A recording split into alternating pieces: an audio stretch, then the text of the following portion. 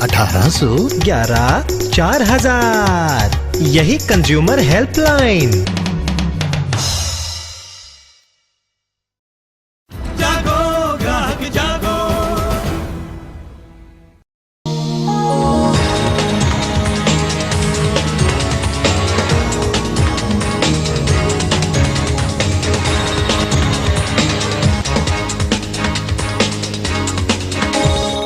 Hello and welcome to सब गोलमाल है। मैं इस प्रोग्राम की होस्ट और आपकी दोस्त अनीता शर्मा बिष्ट। भारत जैसे देश में अगर सबसे ज्यादा कोई हर रोज ठगा जाता है तो वो है एक आम कंज्यूमर। आज के शो में हम आपको बताएंगे कि एक आम कंज्यूमर प्रोडक्ट और सर्विसेज में होने वाली धोखाधड़ी के खिलाफ लड़ाई कैसे लड़ सकता है, गोलमाल करने वालों को सबक कैसे सिखा सकता है।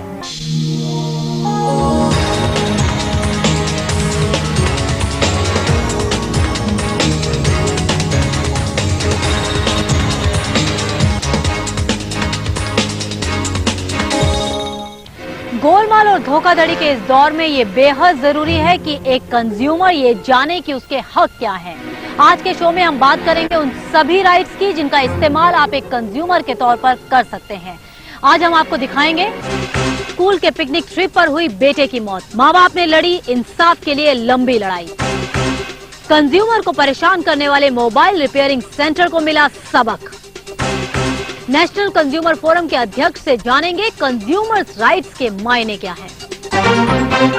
मैं आपको दावे के साथ कह सकती हूँ कि आपके साथ अपनी जिंदगी में एक बार तो कम से कम जरूर ऐसा हुआ होगा कि आपको वादे के मुताबिक सर्विसेज नहीं मिली होंगी। आपने पेमेंट जिस चीज के लिए किया होगा, किसी प्रोडक्ट के लिए, आपको सही चीज नहीं मिली होगी। खाने पीने की चीजों में मिलावट और धोखाधड़ी तो आम बात हो चुकी है। आमतौर पर इस तरह के मामलों में, इस तरह के धोखाधड़ी के बाद दो तरह के रिएक्शन होते हैं। या तो आप खामोश बैठें और चुपचाप सहते रहें, या फिर आप इसके खिलाफ लड़ाई करें। आप इसके खिलाफ लड़ाई कैसे कर सकते हैं ये हम आपको आज बताएंगे। लेकिन इससे पहले हम आपको बताते हैं दिल्ली का एक ऐसा मामला जिसमें एक कंज्यूमर के साथ धोखाधड़ी हुई। भोले भाले कंज्यूमर्स कैसे ठगे जाते हैं, दिल्ली के मयूर विहार इलाके में रहने वाले अभिलाष नैयर इसकी मिसाल हैं। इन्हें बार बार एक ही बात चुभ रही है कि कैसे उन्हें धोखा दिया गया। इसी साल अप्रैल में अभिलाष ने ये नया टेलीविजन खरीदा है। अभिलाष को ये मॉडल 10,750 रुपए में दिया गया। एक्सचेंज ऑफर स्कीम के तहत इस टेलीविजन को खरीदने के लिए अभिलाष ने अपना पुराना कलर टेलीविजन भी दिया, जिसकी कीमत 2,750 रुपए लगाई गई। यानी अभिलाष को ये टेलीविजन 13,500 रुपए में पड़ा। लेकिन हैरानी की बात यह है कि इस टेलीविजन की कीमत 9,590 रुपए है। ये इसके कवर पर भी छपा है। यानी अभिलाष से इस टेलीविजन के लिए 4,000 रुपए ज्यादा लिए गए। अभिलाष को इस धोखे का एहसास तब हुआ जब वो टेलीविजन घर ला चुके थे। मैं तुरंत जाके डीलर से पूछा क्यों ऐसा हुआ। वो बोले कि ये कंपनी की तरफ से एक प्रिंटिंग मिस्टेक है। अब अभिलाष को सबक मिल चुका है कि कंज्यूमर को हमेशा अलर्ट और अपडेटेड रहना कितना जरूरी है। अभिलाष ने अब इस धोखे के खिलाफ कंज्यूमर कोर्ट जाने का फैसला किया है। आपने देखा कि अलर्ट और अपडेट ना रहना एक कंज्यूमर को कितना महंगा पड़ा। शुरू से ही हम इस कोशिश में जुटे हैं। हमारी मुहिम यही है कि लोग गोलमाल और धोखाधड़ी के खिलाफ आवाज उठाएं। लेकिन ये आवाज उठाने के लिए बेहद जरूरी है कि आप ये जानें, आप ये समझें कि आपके कंज्यूमर राइट्स क्या हैं। हर उपभोक्ता अपने को एक संस्था के माफी सोचना चाहिए। उनको खुद को सोचना चाहिए कि हम एक ग्राहक हैं। जब तक हम जगेंगे नहीं तब तक हमको कोई फायदा नहीं पहुंचेगा या हमको कोई सुरक्षा नहीं दे सकेगा।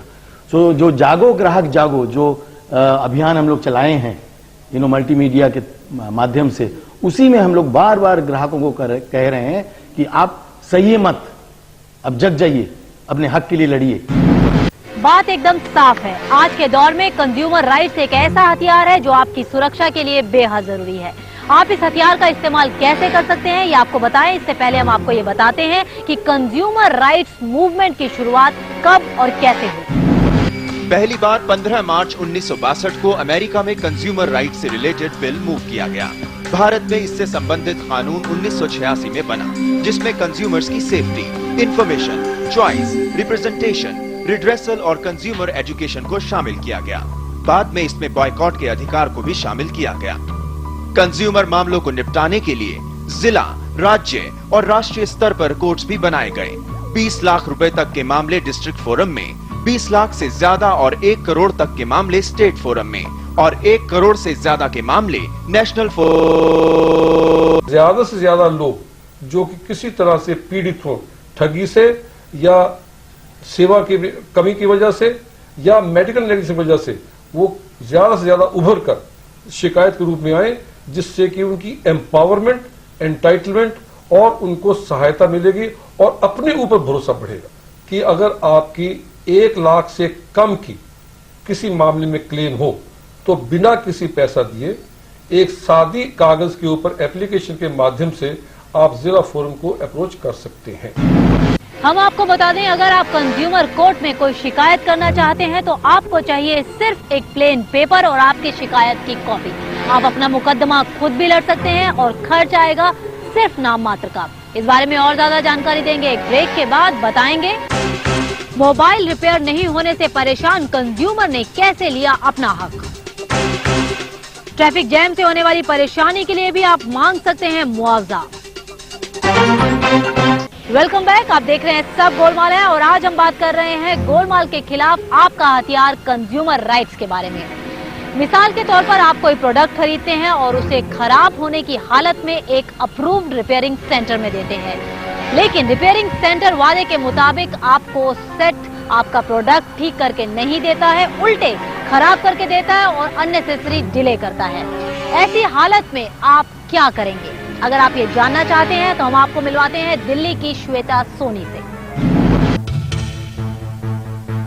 श्वेता सोनी को अपना मोबाइल रिपेयर करवाने का कड़वा अनुभव है। पेशे से आर्किटेक्ट, श्वेता ने दिसंबर 2004 में 22,500 रुपए में लेटेस्ट मोबाइल हैंडसेट खरीदा,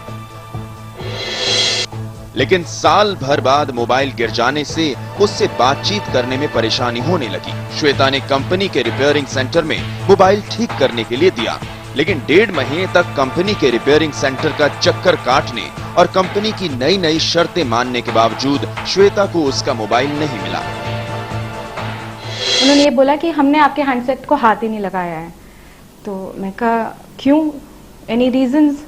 तो दे सेड कि आपकी जो ये बेसिक साउंड कार्ड की प्रॉब्लम है, ये हम तभी ठीक कर सकते हैं अगर आप अपना सॉफ्टवेयर भी अपलोड करवाएं, और इसके लिए आपको और चार्जेस लगेंगे 1000 रुपीज एक्स्ट्रा। मैं कहा जब जहाँ 20-25 हजार खर्च किए वहाँ पे 1000-2000 और सही, बट फोन ठीक हो जाना चाहिए। इस बीच कंपनी ने रिपेयरिंग सेंटर भी बदल लिया और श्वेता को बताया तक नहीं। श्वेता अपना काम छोड़कर इस भरोसे से रिपेयरिंग सेंटर के चक्कर लगाती रही कि उनका मोबाइल ठीक हो गया होगा, लेकिन हमेशा उन्हें निराशा ही हाथ लगती। अंत में कंपनी ने मोबाइल ठीक करना तो दूर, मोबाइल को आउटडेटेड बताकर मदरबोर्ड चेंज करने के लिए कहकर श्वेता को सख्ती में डाल दिया। कंपनी की इस मनमानी से परेशान श्वेता जब हर तरीके से हार गईं, तब उन्होंने कंज्यूमर ऑर्गेनाइजेशन की इस साइट पर कांटेक्ट किया। जब कंज्यूमर ऑर्गेनाइजेशन ने इस मामले को उठाया, तब कंपनी को श्वेता की परेशानी समझ में आई और मुआवजे के तौर पर उसने श्वेता को ये नया फोन दिया। मुझे नोकिया से कॉल आया कि मैम वो मोबाइल आपके पास है। मैं कहा वो तो मर गया, मोबाइल तो आप भूल जाओ, आप आगे अपनी बात करो। तो उन्होंने ये कहा कि मैम हम आपको कॉम्पनसेट करना चाहते हैं, हम आपको सेम हैंडसेट, आपको वापस एक न्यू हैंडसेट देना चाहते हैं। तो मैंने पूछा आपने ये कहाँ से डिसाइड किया, आप अपनी गलती मानते हैं? उन्होंने कहा हाँ मैम, आपने जो मेल भेजी थी कंज्यूमर फोरम से, ये हमें उससे ये केस हमारे पास हाईलाइट होके आया है। और अब एक और काम की बात, क्या आप जानते हैं कि अपने शहर में नागरिक होने के नाते आप जिन सुविधाओं के इस्तेमाल के लिए, जैसे कि बिजली, पानी और सड़क के इस्तेमाल के लिए बिल, फीस और टैक्स देते हैं, और इसके बावजूद अगर इसमें कोई कोताही होती है, कोई लापरवाही होती है और उससे आपको नुकसान होता है, तो आप संबंधित डिपार्टमेंट और अधिकारियों को जिम्मेदार ठहरा सकते हैं। अगर आपने आज तक ये नहीं सोचा तो ये सोचने का वक्त आ गया है। दिल्ली में 19 जुलाई 2006 का दिन, सुबह से लेकर करीब दोपहर तक लगातार बारिश ने दिल्ली में रोड ट्रैफिक से जुड़ी सुविधाओं की पोल खोल दी। कई जगह सड़कों पर घुटनों तक पानी जमा हो गया। सड़कों और ड्रेनेज सिस्टम का इतना बुरा हाल था कि लोग घंटों जाम में फंसे रहे। हजारों लोगों को काफी मुश्किलों का सामना करना पड़ा और वो कहीं भी समय पर नहीं पहुंच सके। ऐसे ही लोगों में से एक थे R.K. धवन। लोगों के लिए कानूनी लड़ाई लड़ने वाले धवन का मानना है कि अगर सड़कें और ड्रेनेज सिस्टम ठीक होते तो लाखों लोगों को परेशानी नहीं होती। धवन ने गवर्नमेंट, पुलिस के साथ दिल्ली डेवलपमेंट अथॉरिटी और म्युनिसिपल कॉर्पोरेशन ऑफ दिल्ली से परेशानी उठाने वाले लोगों के लिए 1 करोड़ रुपए हर्जाने का दावा किया। दिल्ली स्टेट कंज्यूमर फोरम में दायर इस मामले में परेशान लोगों के लिए 75 लाख रुपए का मुआवजा देने की मांग की गई है। धवन ने 25 लाख रुपए सरकार और उसकी एजेंसीज पर जुर्माना लगाने की दरख्वास्त की। हमने कोर्ट से मांग की है कि आप इनकी अकाउंटेबिलिटी फिक्स कीजिए कि how far they are liable for taking the entire citizens and consumers of the city to a ransom. किस तरह कोई आदमी अपनी ट्रेन नहीं पकड़ पाया, कोई अपनी फ्लाइट नहीं पकड़ पाया, कोई अपने डेस्टिनेशन ऑफिस नहीं जा पाया। अपनी दरख्वास्त में धवन ने दलील दी कि सभी नागरिकों को सड़क यातायात जैसी सुविधाओं का अधिकार है। इस मामले में सुनवाई करते हुए स्टेट फोरम ने सरकार और उसके 11 विभागों को नोटिस जारी करके जवाब देने के लिए कहा है। श्वेता सोनी और R.K. धवन का मामला देखने के बाद आपको पता चल गया होगा कि आज के दौर में कंज्यूमर कितना ताकतवर है। जरूरत है तो हिम्मत की, जरूरत है तो हौसले की। वक्त है ब्रेक का, लेकिन आप कहीं जाइएगा नहीं, क्योंकि ब्रेक के बाद हम आपको दिखाएंगे 13 साल की एक ऐसी लड़ाई जिसमें मिला स्कूलों को एक सबक। बात करेंगे नेशनल कंज्यूमर फोरम के प्रेसिडेंट जस्टिस MB शाह से। जानेंगे कंज्यूमर राइट्स और कंज्यूमर विक्ट्री से जुड़ी महत्वपूर्ण बातें। वेलकम बैक, आप देख रहे हैं सब गोलमाल है अपनी दोस्त अनीता शर्मा बिश के साथ, और आज हम बात कर रहे हैं कंज्यूमर राइट्स के बारे में। मैं आपको बता दूं, कई बार नाइंसाफी और गोलमाल होने पर जब आप कंज्यूमर कोर्ट जाते हैं तो आप अपने साथ साथ पूरी सोसाइटी का भला करते हैं, क्योंकि कई मामलों में इतने महत्वपूर्ण फैसले आते हैं कि वो पूरी सोसाइटी के लिए एक मिसाल होते हैं। एक ऐसे ही मामले की तहकीकात की हमारे संवाददाता निर्णय कपूर ने। अहमदाबाद के जसबीर सिंह अपनी पत्नी के साथ अपने एकमात्र बेटे सतबीर को याद कर रहे हैं, जो 13 साल पहले स्कूल गया तो फिर वापस नहीं आया। 26 अक्टूबर 1993 को सतबीर अपने स्कूल के पिकनिक ट्रिप पर गया, लेकिन स्कूल एडमिनिस्ट्रेशन की लापरवाही की वजह से सतबीर की नदी में डूबकर मौत हो गई। अपने बेटे की मौत से टूट चुके जसबीर ने हिम्मत नहीं हारी और 13 साल तक लड़ते रहे।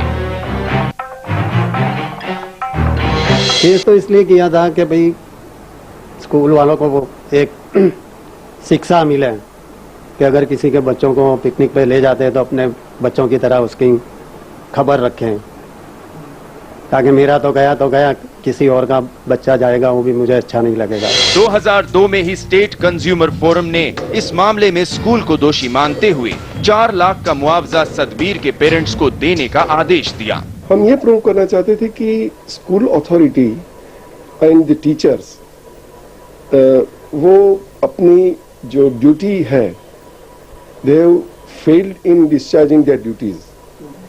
It's a clear case of negligence on part of the teachers.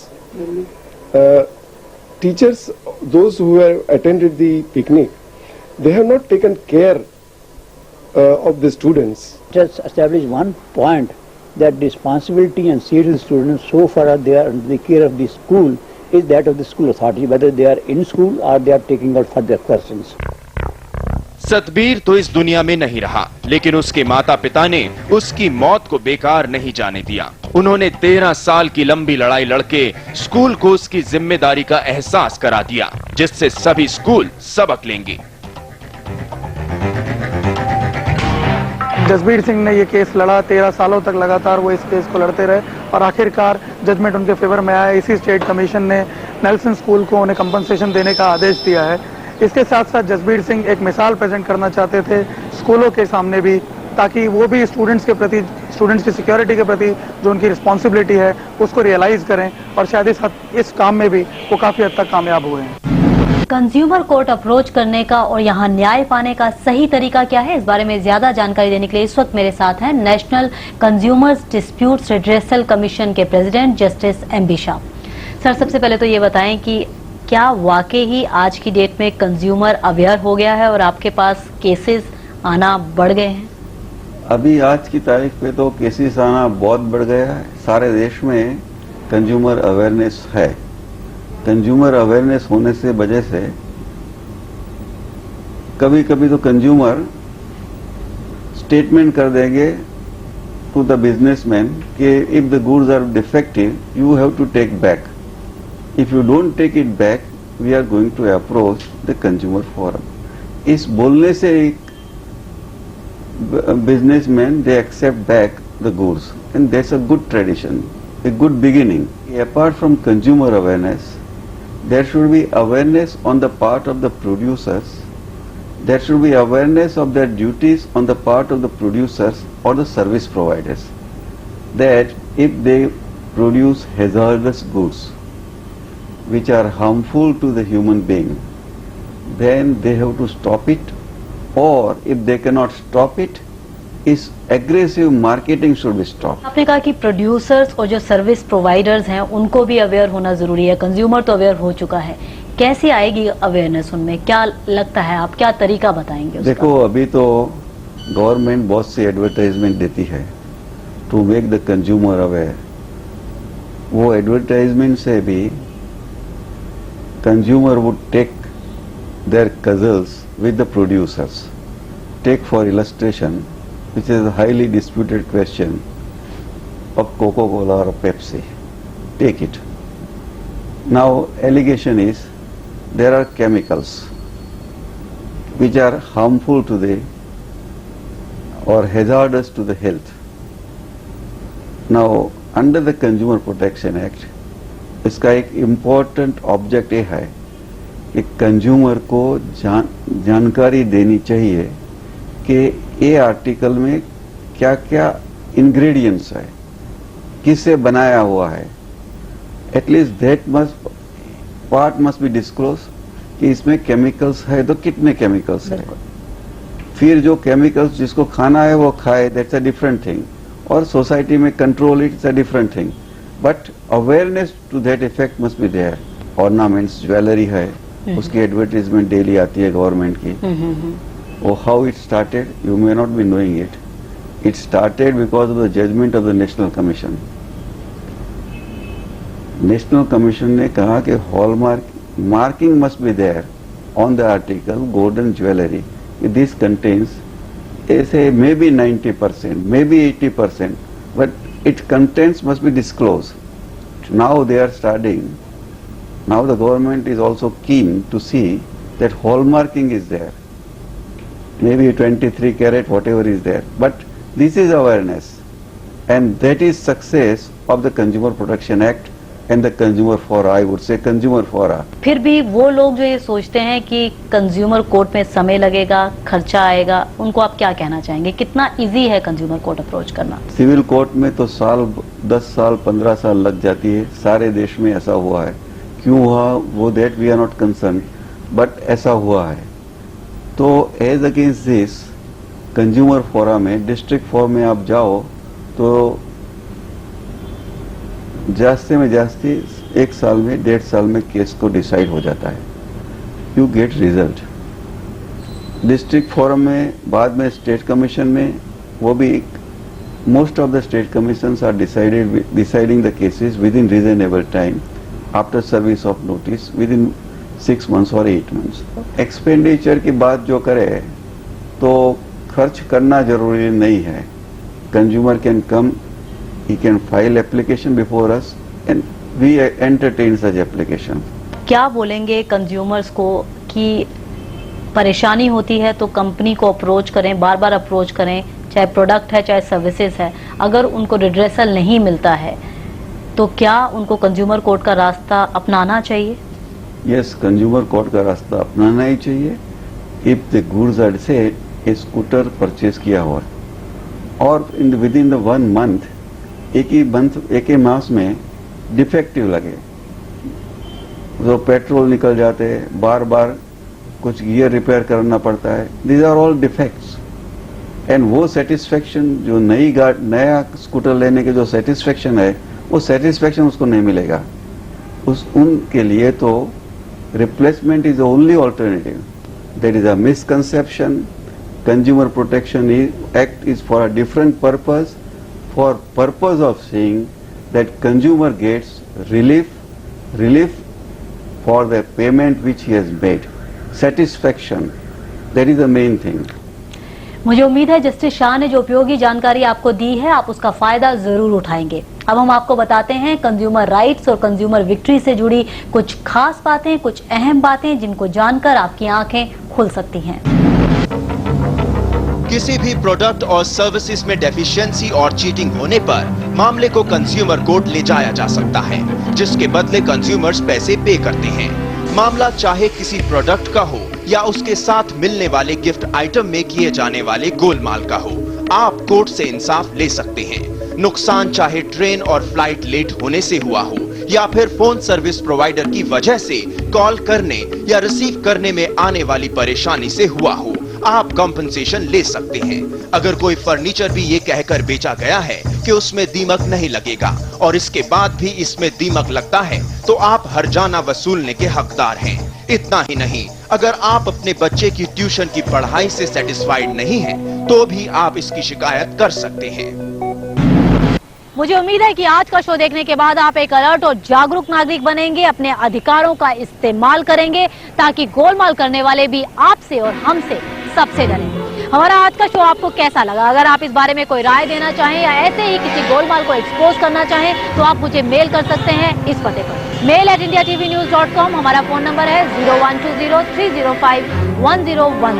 आप हमें खत भी लिख सकते हैं. पता नोट कीजिए, India TV, film city Noida 201-301. Golmaal के खिलाफ इंडिया टीवी की मुहिम हफ्ते दर हफ्ते जारी रहेगी. अगले हफ्ते आपकी दोस्त अनीता शर्मा बेस्ट फिर हाजिर होगी एक नए गोलमाल की छानबीन लेकर. तब तक के लिए इजाजत दीजिए. Goodbye, take care and be alert.